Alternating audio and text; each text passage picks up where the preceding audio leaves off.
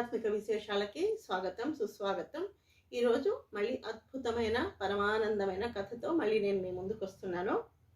అది పాండవులు అజ్ఞాతవాసం చేసే రోజులు. అవి అరణ్యవాసం ముగించుకున్నారు. అజ్ఞాతవాసం ఎక్కడ చేస్తున్నారు? విరాట రాజు కొలువులో చేస్తున్నారు వాళ్ళు. ధర్మరాజు, భీముడు, అర్జునుడు, నకులుడు, సహదేవుడు మరియు ద్రౌపది అందరూ మారు వేషాలతో అక్కడ గడపాలి. ఎందుకంటే సంవత్సరం పాటు గడపాలి. అందులో బృహన్నల అనేది తెలిసింది. అర్జునుడు బృహన్నల వేషధారిగా ఉంటున్నాడు. అక్కడ యువరాణికి నాట్యం నేర్పిస్తూ ఉంటున్నారు ఆయన. ఒకరోజు అనుకోకుండా తెల్లవారింది. తెల్లవారగానే రాణివాసం స్త్రీలందరూ లేచారు, చెలికత్తలు లేచారు. లేచిన తర్వాత హుటాహుటిగా అందరూ బృహన్నల దగ్గరికి వచ్చేసారనమాట. అంటే అక్కడ బృహన్నల అంటే అక్కడ వాళ్ళకి ఏమనుంది, వాళ్ళు మారువేషంలో ఉన్నారు కాబట్టి ఆయన ఒక స్త్రీ అనుకుంటున్నారు. వాళ్ళు అనుకొని వచ్చి, బృహన్నల, ఇన్ని రోజులు యువరానికి నాట్యం నేర్పిస్తున్నావు, మాకు వేణుగానం నేర్చుకోవాలంది, మాకు వేణుగానం నేర్పించమని చెప్పి అడిగారు వాళ్ళు. ఇదెక్కడి కోరిక? నాట్యం అంటే నేర్పిస్తా, ఏదో సంగీతం అంటే నేర్పిస్తా, నాకు వేణుగానం రాదే, ఏం చేద్దాం, ఇదేంటి విషమ పరీక్ష అని చెప్పేసి ఆయన ఎన్నో విధాలుగా తప్పించుకోవాలని చూసారా ఆయన. కుదరలేదు. లేదు, మాకు ఎట్టి పరిస్థితుల్లోనే మాకు వేణుగానం నేర్పించాల్సిందే అని అంటే, అప్పుడు బృహన్నలు ఒక మాట అన్నారు. సరే, మంచి వేణుగానంలో నిష్ణాతులైన ఒక కళాకారుని పిలిపించి అందరం నేర్చుకుందాం ఆయన దగ్గర అని చెప్పారు. చెప్పిన తర్వాత, లేదు అంతఃపురంలోనికి పురుషులకు ప్రవేశమే లేదు, అది మీరే నేర్పాలని చెప్పారనమాట. ఏం చేయాలనికి ఏం పాలుపోలేదు. అక్కడ ఇక్కడ కూర్చుంటున్నాడు, కింద మీద అయిపోతున్నాడు ఆయన. అప్పుడు బయటికి వెళ్ళారు. బయటికి వెళ్ళిన తర్వాత ధర్మరాజు కనిపించారు. ధర్మరాజు కనిపించగానే, అన్న ఏంటి నా పరిస్థితి, ఇట్లా అంతఃపుర రాణివాసం స్త్రీలు ఇలా అడుగుతున్నారు అని చెప్పగానే ఆయన ఒక మాట అన్నారు. సహదేవుడికి వేణుగానంలో మంచి ప్రవేశం ఉందని నాకు కొంత తెలుసు. ఎందుకంటే శ్రీకృష్ణుడు సహదేవుడు ఈ వేణుగానం గురించి ముచ్చటించుకుంటుంటే నేను అప్పుడప్పుడు విన్నాను నేను అని చెప్పాను. చెప్పిన తర్వాత ఆయన ఆశ్చర్యపోయారనమాట. ఆశ్చర్యపోయి, సహదేవుడికి వేణుగానంలో అంత ప్రవేశం ఉందని నాకు కూడా తెలియదే అని చెప్పేసి అనుకొని అటు ఇటు అంటే నమ్మబుద్ధి కావట్లేదు. అసలు నమ్మబుద్ధి కాక అటు ఇటు తిరుగుతున్నారు. తిరిగి సహదేవుడు ఉన్న మందిరం దగ్గరికి వచ్చేసరికి సహదేవుడు లేడు అక్కడ. ఎక్కడికి వెళ్ళినని చెప్పేసి ఆరాధిస్తే అక్కడ ఉన్న వాళ్ళందరూ చెప్పారనమాట. ఆయన అక్కడ పశువుల కాపరిగా ఉన్నాడు కదా మారువేషంలో. పశువులను ఆవులను మేపుకోవడానికి వెళ్ళాడని చెప్పగానే ఆయన కోసం చూస్తాడు. ఆయన రావడానికి సాయంత్రం సమయం పడుతుంది కదా అని చెప్పేసి, సరే సహదేవుడు ఉన్న చోటికే నేనే వెళ్తా అని చెప్పేసి ఆయన వెళ్ళారు. మధ్య మధ్య ఇంకా ఆయనకు సందేహం తెలుస్తూ ఉంది. నిజంగా సహదేవుడికి ఇంత ఎట్లా తెలుసుకోవాలి అంటే, ఏ పని చేసినా ఒక క్లారిటీ, ఒక స్పష్టత అనే ఉండాలి మనిషికి. వెళ్తున్నారు. వెళ్ళి మధ్య అడుగుతున్నారు అన్నమాట. చాలామంది పుర ప్రజలు ఉంటారు కదా, కనిపిస్తారు కదా, అడుగుతుంటే ప్రతి ఒక్కరూ చెప్తున్నారు సహదేవుడు, అమ్మో సహదేవుడు. వాళ్ళకి సహదేవుడు అని తెలియదు కదా అక్కడ ఉన్నవాళ్ళు. తెలియక ఆ పశువుల కాపరి చాలా అద్భుతంగా వేణుగానాన్ని వాయిస్తాడు. ఆయన వేణుగానాన్ని వాయిస్తుంటే, ఊదుతుంటే ఆవులన్నీ అలా తలూపుతాయి.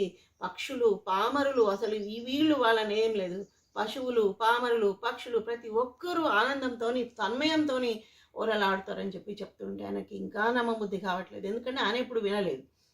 సరే అని చెప్పేసి సహదేవుడి దగ్గరికి వచ్చేసాడు అనమాట. వచ్చేసిన తర్వాత ఇంకా సహదేవుడు అక్కడ కూర్చున్నారు. ఇద్దరు కోనేటి దగ్గర ఇద్దరు కూర్చున్నారు. వాళ్ళు కూర్చున్న తర్వాత సహదేవుడిని అడిగాడు అనమాట. ఏమని, అంతఃపుర స్త్రీలు నాకు ఇదొక పరీక్ష, నాకు వేణుగానాన్ని నేర్పించమని అంటున్నారు నన్ను, నేను తప్ప ఇంకెవరు వద్దని అంటున్నారు, పురుషులకు ప్రవేశం లేదని అంటున్నారు. సహదేవ, ఏంటి పరిస్థితి, మరి నేను వేణుగానం నేర్చుకోవాలి అని.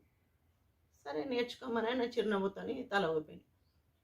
చిరునవ్వుతో ఊపితే సరిపోతుందా, ఏం చేయాలి, నేను వేణుగానం నేర్చుకోవాలంటే నేను ఏం చేయాలి అని అడగగానే మళ్ళీ ఆయన అదే విధంగా ఓపికతోని సాధన చేయాలని చెప్పారు.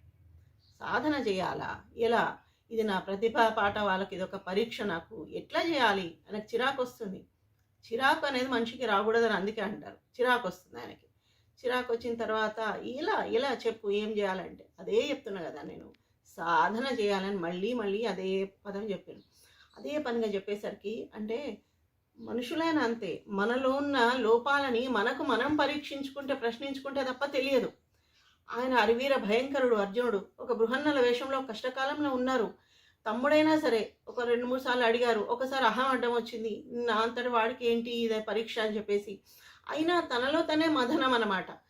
ఆలోచించుకున్న తర్వాత ఒక్కసారిగా ఏదో ఒక ఆలోచన స్ఫురణకొచ్చింది. వచ్చిన తర్వాత సహదేవుడిని చిరునవ్వుతో చూసానన్నమాట. ఏదో అర్థమైపోయింది ఆయనకి. సాధన సాధన అని అంటున్నారే సహదేవ, సరే అదే సాధన చేయాలి అంటే సాధన చేస్తే తప్ప ఏది రాదు అనే విషయం మనకు అర్థమైపోయింది. అర్థమై ఊరికేనే అలా ఉట్టిగా ఏదో అట్లా వస్తుంది అని అంటే రాదు, ఏదైనా పని మనం కష్టపడితే తప్ప రాదు అని చెప్పేసి అనగానే సహదేవుడు ఇంకా వేణు ఎలా ఊదాలి అని చెప్పేసి ఆయన దగ్గర ఉన్న వేణు ఇచ్చేస్తాడనమాట. ఇచ్చేసిన తర్వాత ఊదుతాడు ఆయన. ఊదేసరికి ఏముంది, అందులోంచి ఏమి రాదు, గాలి తప్ప. మళ్ళీ ఒక్కసారి ప్రయత్నిస్తాడు. చిన్న చిన్న శబ్దాలు తప్ప ఇంకేం రావట్లేదు అందులో నుంచి. ఏమీ రావట్లేదు. ఎలా సహదేవ, ఎలా నువ్వెట్లా సాధించావు, ఎట్లా అని చెప్తే ఆయన అద్భుతమైన ఒక మాట చెప్తారనమాట. ఏమని, వేణు అనేది ఒక కొయ్య ముక్కనే, ఆ వెదురుతో చేసింది అది, అదొక కొయ్య ముక్కనే. నీ శ్వాస నీ ఊపిరిలోంచే రావాలి నాదం బయటికి. నీ ఊపిరిని ఆ వేణువులో పెట్టు. ఆ వేణువులో పెడితే ఆ ఊపిరి శబ్దంగా మారి ఒక గానంగా మారి అది బయటకు వస్తుంది. అది అప్పుడే నీకు అనుకున్న వేణుగానం వస్తా అనగానే అత్యద్భుతంగా ఆయన చప్పట్లు కొట్టిందన్నమాట. నిజమే కదా, ఏ మనిషి అయినా మనం మామూలు మనుషులమే. మనలో ఉన్నది ఏదో అది మనకు మనం ప్రశ్నించుకుంటూ నిరంతరం శ్రమించుకుంటూ ప్రశ్నించుకుంటూ ఏది చేస్తే బాగుంటుంది, ఎలా చేస్తే బాగుంటుంది, నేను ఎలా సాధన చేస్తే నేను అనుకున్న దానికి నేను రీచ్ అవ్వగలుగుతా అని చెప్పేసి ఆలోచన వచ్చిన రోజు ప్రతి మనిషి జీవితంలో ఉన్నత స్థితికి ఎదుగుతాడు. ఇందులో మాత్రం ఆశ్చర్యం లేదు ఇది అని చెప్పేసి ఇంకా వచ్చి ఆయన ఆ మాట వినగానే చాలా ఆశ్చర్యం అనిపించింది సహదేవునికి. శభాష్ అని చెప్పేసి ఇంకా మందిరంలోకి వచ్చేసారు ఆయన. మందిరంలోకి వచ్చేసి ఎప్పటిలాగా సాయంత్రం అయింది, మంచిగా చక్కగా పడుకున్నారు. పడుకొని తెల్లవారే ముందే ఇంకా లేచి వేణునాదాన్ని అది ఎలా అయితే చెప్పాడో సహదేవుడు తన శబ్దాన్ని ఆ ఊపిరిలో తన ఊపిరిని ఆ గానంలో పెట్టి తను సాధన చేసి ఆ వేణుగానాన్ని నేర్చుకున్న బృహన్నలకు ఎంత మనం ఒక నమస్కారం చెప్పాలి. తర్వాత సహదేవుడు కూడా లేచి తన వేణువు ఎక్కడున్నదో అక్కడికి వెళ్ళాడు. ఆయన వెళ్ళేసరికి అక్కడ వేణువు లేదు.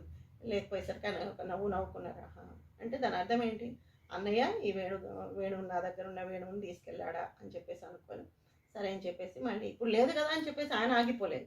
మళ్ళీ ఆ వెదురు పొదల్లోకి సహదేవుడు వెళ్ళిపోయాడు. ఎందుకు, మళ్ళీ వేణువుని తయారు చేసుకుని ఆ వేణుగానాన్ని మళ్ళీ అందరికీ వినిపిస్తూ తనలో తను ఆనందం పొందుకుంటూ చుట్టూన్న ప్రపంచానికి ఆనందాన్ని ఇవ్వాలి అని అంటే ఏదో ఒకటి నేర్చుకోవాలి. మనిషి నేర్చుకుంటూ నిరంతర సాధన చేసుకుంటూ సాధనమున పనులు సమకూరు ధరలోన.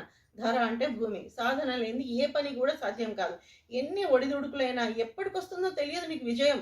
కానీ నేను ఇది చేసినా నాకు రాలేదు, ఇది చేసినా రాలేదు. ఓపిక, మనిషికి ఓపిక చాలా అవసరం. ఓపికతోని శ్రమిస్తూ ఆ భగవంతుని పాదాలనే పట్టుకుంటూ ముందుకెళ్ళిన ఏ మనిషి కూడా వైఫల్యం పొందినట్లు ఎలాంటి పురాణాల్లో, శాస్త్రాల్లో, చరిత్రలో కూడా లేదు. అలాంటి పెద్ద అలాంటిది మహాభారత, రామాయణ, మహాభారత, భాగవత కాలంలో వాళ్ళందరూ భగవంతునితో పాటు వాళ్ళందరూ గడిపిన వాళ్ళు. వాళ్ళకే తప్పలేదు కష్టాలు. మనమెంత కలియుగంలో ఉన్నాం. కాబట్టి నిరంతర సాధన చేసుకుంటూ మనలో ఉన్న శక్తిని మనం గుర్తెరిగి మనం ఆనందం పొందుకుంటూ మనం ఉన్నతిని సాధించుకుంటూ మన చుట్టూన్న ప్రపంచం ఉన్నతంగా బ్రతకడానికి ఎవరైతే కారణమవుతారో వారే కారణ జన్ములు. తప్పకుండా ఈ కథ అందరూ వినాలి. విని ప్రతి ఒక్కరూ వాళ్ళ జీవితాన్ని ఉన్నత లక్ష్యం వైపు ఎట్లా నడిపించుకోవాలని చెప్పేసి తన అనుకొని ముందుకెళ్ళాలని చెప్పేసి కోరుకుంటూ ముగిస్తున్నాను. జై శ్రీమన్నారాయణ.